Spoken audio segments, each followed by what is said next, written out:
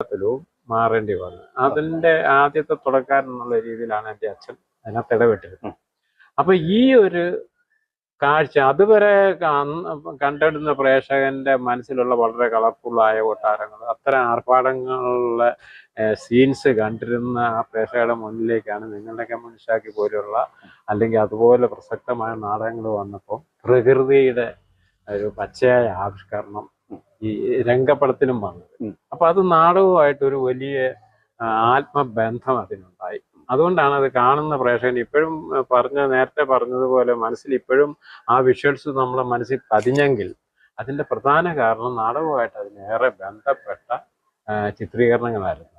അപ്പൊ ആ ഒരു യാഥാർത്ഥ്യ ബോധത്തോടെയുള്ള രംഗ പശ്ചാത്തലങ്ങൾ ഒരുക്കി എന്നുള്ളതാണ് അച്ഛനും ഞാനും ഈ മേഖലയിൽ ചെയ്ത ഒരു കാതലായ മാറ്റം. അത് ചെറുതല്ല. ഇന്ന് ജീവിച്ചിരിക്കുന്ന അല്ലെങ്കിൽ ഇന്നൊരു നാടകം കണ്ടു വളർന്നിട്ടുള്ള